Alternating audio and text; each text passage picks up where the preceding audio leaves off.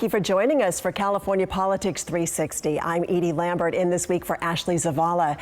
We're getting into crunch time now for California's budget. Coverage of the budget sometimes comes across as this mind-numbing set of huge numbers, but really it's about your roads, your schools, healthcare, the environment, all of the services you expect from the state.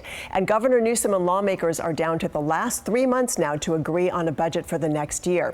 Here's the challenge. The state is facing a multi-year deficit, and they are short billions to pay for programs that people depend on. This process started back in January. Governor Gavin Newsom released a nearly $350 billion budget. That was basically a first draft. In less than a month, he'll release a highly anticipated revision based on the latest estimate of how much money is coming in.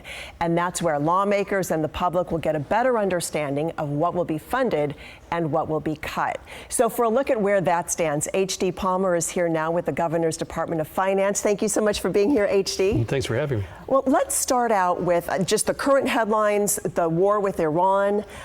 We've seen big fluctuations in the stock market, the price of oil affecting the price of gas. How does all of that affect our state's economy and, of course, looking at this right now, the state budget? Well, it affects us all, and it complicates the process of getting a budget done. There's usually something that nobody expects when we're going through the process of getting in between January and May. 6 years ago was COVID. Last year it was the threat of tariffs. Now it's the Iran war. All of those things play into how our economic forecast is going to look for the upcoming revised budget. And that feeds into what we expect to get on revenues, which also feeds into how big of a problem do we have to solve for. So as we're looking at this impact, what have you seen so far? Some of these things are longer, it takes a while for it to filter down, but what are you already seeing? Well, so far in terms of revenues, we're doing pretty well so far this year. Compared to what we thought we were going to be in January, we're about $7 billion ahead of where we thought we were going to be in our forecast. Obviously a good situation, but April is our biggest month for obvious reasons. April the 15th is the tax deadline day. Mm-hmm. Our forecast says that we anticipate receiving $21 billion in personal income tax revenue just in the month of April alone.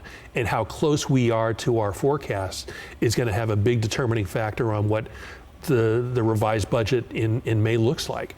And so we're waiting to see what those figures are. We're updating our economic forecast. Our forecasters are talking to their counterparts in other states and experts outside of government to say, what are you seeing that we should know about that fine-tunes our forecast?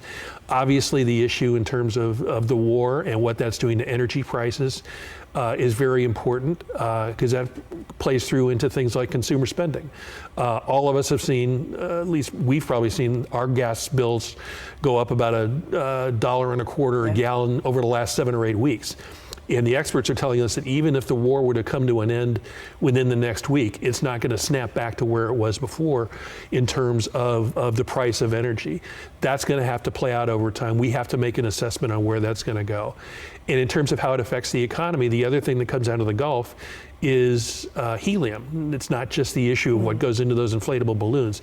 Helium is a critical part of semiconductor technology, which weaves very much into our high-tech economy in the state.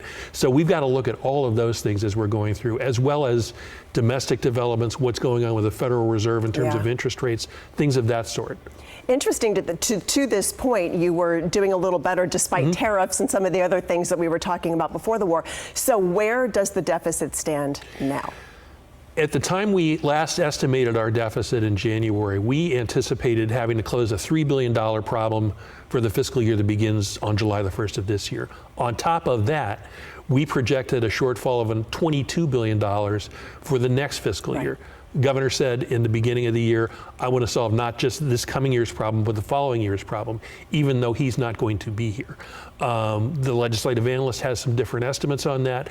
We are working through those, and we will both have updated estimates in several weeks when the governor's revised budget comes out, based on that updated economic forecast and the updated revenue forecast, and what's happened on the spending side of the budget since we last made our projections in January. Which is what?